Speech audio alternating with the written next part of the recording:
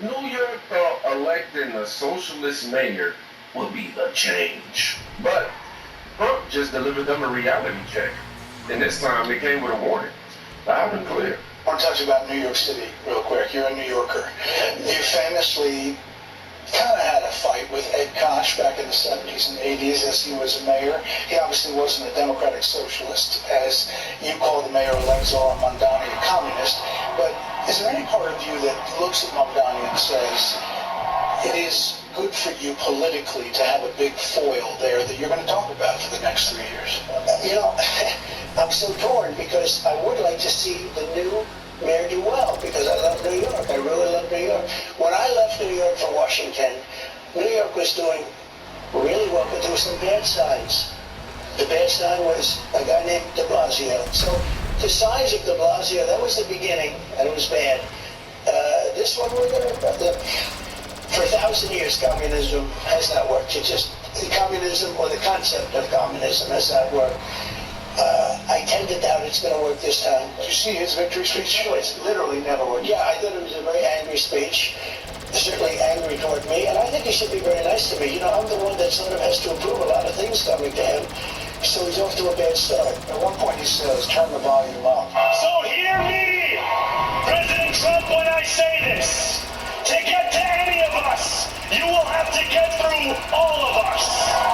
How do you respond to that? Does that affect anything you're going to do? Or is it a very dangerous statement for him to make, actually? And, you know, you talk about danger. I think it's a very dangerous statement for him to make. He has to be a little bit respectful of Washington, because if he's not, he doesn't have a chance of succeeding. And I want to make him succeed. I want to make the city succeed. I don't want to make him succeed. I want to make the city succeed. And we'll see what happens. Do you see him reaching out to him? I would say he should reach out to us, really. I think he should reach out. I'm here. We'll see what happens. But I would think that it would be more appropriate for him to reach out to us. So speaking of reaching out, is there a deal that can be made to end this government? Finally, we have the full clip. We only seen a portion of this speech in the previous Zohran video that we covered. And I want to say, that's not arrogance. That's hierarchy. You don't spit at the man holding a checkbook and expect the money to keep flowing. Federal dollars run through Washington, and Trump made it crystal. Disrespect the process, watch your funding dry up. And what exactly provoked the response? This right here. His so-called victory speech. Let's review another aspect of it. Did you hear the threat? We'll usher in a generation of change. And if we embrace this brave new course, rather than fleeing from it, we can respond to oligarchy and authoritarianism with the strength it fears, not the appeasement it craves. After all, if anyone can show a nation betrayed by Donald Trump how to defeat him, it is the city that gave rise to him. And if there is any way to terrify a despot, it is by dismantling the very conditions that allowed him to accumulate power. This is not only how we stop Trump, it's how we stop the next one. So what are the conditions that Zohran Mamdani is going to dismantle? Now, Donald Trump was a real estate mogul, so is he going to dismantle the real estate market? That seems very unlikely.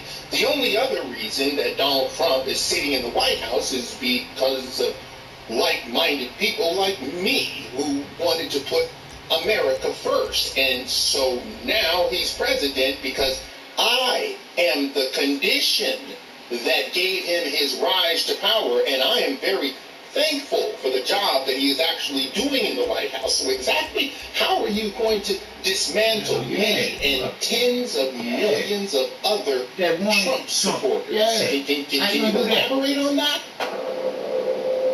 Dismantle the conditions, Zohran said, right? Dismantle the conditions. Let me see if I can translate that. Punish anyone who voted the wrong way is what I think that translates to. I don't know, I put that in Google. This isn't leadership. It's vengeance dressed up as virtue, if you ask me. Every tyrant in history said they were dismantling conditions right before they started going after the people who disagree with them. And it's not just conservatives calling it reckless. Even voices in the middle, well, on the left, middle, I don't know where he's at these days, but they are uneasy too. I'm going to tell you why I'm not happy about it. I like Mamdani. I'm looking forward to interviewing him. He's promised to be on this show. But I'm very, very concerned about some of the things that he said. I'm very concerned about what he once said about defunding the police. I'm calling 911. I'm being real with you. I'm calling 911. That's what I'm doing. I don't want to see less police officers. I want to see more police officers. I heard him talk about mental health experts in the subway system. I don't care about that. I want cops in the subways in New York City, where I was born and raised. Born in the Bronx, raised in Queens. That's what I want. I want to hear about them damn mental health experts in subways. Nah, I'm not trying to get at, okay? 2% tax on the rich. Okay, fine. 11.5% capital gains tax.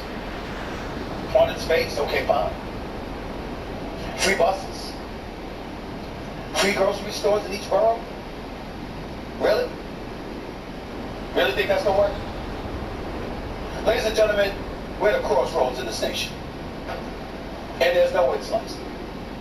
And the level of vitriol that you see amongst the American citizen is because, God forbid, that you have a difference of opinion. You trying to trust in the real world, shit. People have to be disagreeable. Y'all trust in the fucking government instead of trusting in the truth that's in you already. If you're a person These funky fuckers that's flip the rich, shit out of making us. money, and you don't want to pay your fair share of taxes. Well, when you think about the billionaires in the state, in the city of New York, they make up about 48% in terms of the amount of taxes that they dole out compared to the average American, compared to the rest of New Yorkers. And if you're talking about raising their taxes while doing these other things, you're making New York unattractive, not just for residents, but for businesses. And if you make it unattractive for businesses, and you don't, and you compromise the ability to be the capitalists that these people are, then they take their businesses elsewhere. So the money that they paid on their homes or in rent, they move out of the city or the state. Businesses follow. And ultimately the tax burden falls on to New Yorkers out there. Which means that rent freezes, which is also something that Mamdani pushed, is that really going to be plausible? Are you really going to be able to freeze rent?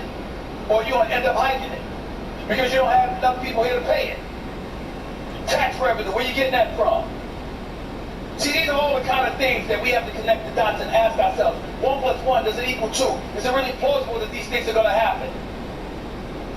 According to Mitt Hopeful, 90% of the stuff Mamdani said, he can't do on his own. He got to come through her and the state legislature in order to get it done. Is he going to be able to do that? What level of support is he going to have outside of young whippersnappers out there who love him and are so in love with his personality and everything else that they didn't really dot the I's and cross the T's and look at actual policy and the kind of effect that's going to have on New York? But that's what I'm worried about. I hope I'm wrong. Because talking to him, I'm looking forward to sitting down and interviewing with him. I just want to know where the money's coming from. See, I count. Okay, I count. And I can't tell you how many young teenagers, they could be daughters, it could be nieces and nephews, it could be friends and family members and relatives of folks along that age gap. And you ask me the same question. And you know what you come up with? The people who love Mamdani the most are not people who pay bills every day. I'm not saying that applies to everybody. I'm not buying that. But they certainly not people that pay bills every day all the time. You don't see business owners clamoring to support them. I'm just saying these things are important to bring up. Yes, they are. Boy, Stephen A. Smith, one of the most mainstream voices in America, sounds more grounded than the New York mayor. That says a lot. He's not just ranting about politics, he's actually talking logic, if you ask me. Defund the police? Raise taxes on the rich? Go to the police. You can't keep squeezing the people who already carry the city's tax load and expect them to stick around. 500. Once they leave, the lights go out. And yet, the new mayor's first concern wasn't crime. It wasn't jobs. It was food stamps. The White House hasn't reached out to congratulate me. I continue to be interested in having a conversation with President Trump on the ways in which we can work together to serve New Yorkers, whether that be delivering on his campaign promises around cost of living or the many issues that New Yorkers have been sharing with me about the drastic impacts that the legislation that President Trump has ushered through Washington will mean for them and their lives. Too often we understand these impacts solely at an individual level, but if we just speak a little bit more about SNAP benefits, these are not just affecting the close to 2 million New Yorkers who are on SNAP, these also affect the grocery stores across our city. There were a number of mom and pop owned grocery stores that spoke to me about the fact that in the Bronx, SNAP revenues make up more than a quarter of all of their revenue. And this has the impact of decimating their ability to keep their doors open. The White House hasn't reached out to... Wow. Nearly 2 million people on government assistance, and his solution is more dependency. That's not recovery, that's rot. You can't brag about a city's greatness while half its citizens need the government to feed them. That's what happens when ideology replaces accountability. When you treat hard work like privilege and freeloading like compassion. Now, Trump responded with a wrong. Oh, man. Trump responded with a warning. There we go. And the city seemed to have shrugged it off, thinking it was just talk. But real ones know better. This wasn't ego. That was a man and backbone come from. You can't lead a city by lecturing the people who built it. You can't fund a revolution with tax revenue from the very folks you demonize. And you can't scream progress while driving every taxpayer and business right out the back door.